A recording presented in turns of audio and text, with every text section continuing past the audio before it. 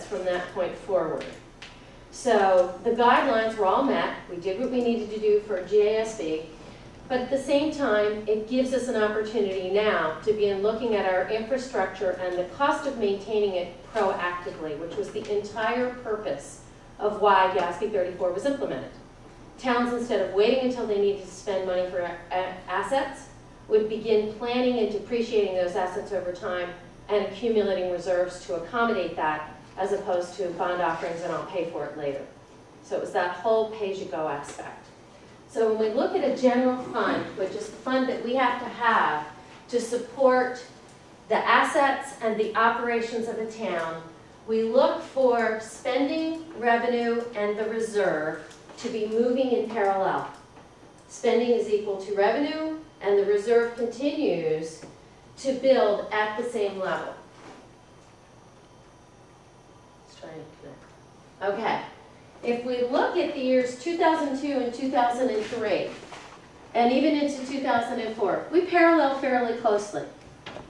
Now, you may want to look at this on your picture, or you guys may want to move closer, because you do have pictures of this. Spending, reserve, and revenue tend to parallel closely. That's a healthy mark of a general fund. If I go into the year 2005, I see that spending dropped. There were reasons for that. The capital expenditures were not what they were in some of the previous years.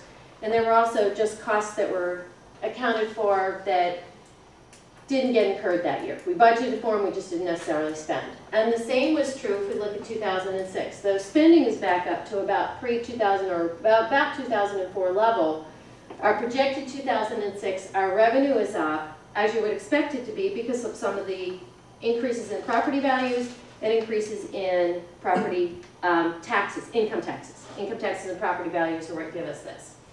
So if I look at this year, our reserve is up. This projected year we're about to close, our reserve is up from where this parallel march would occur. More in reserves. But if we look at the fact that we have undercapitalized and underspent on capital in the town, if we look at the projects that we could take on next year, that's going to wildly shift some of these dynamics.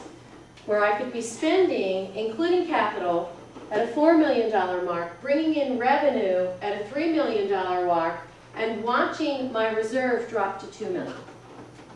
So I'm going to see some spread.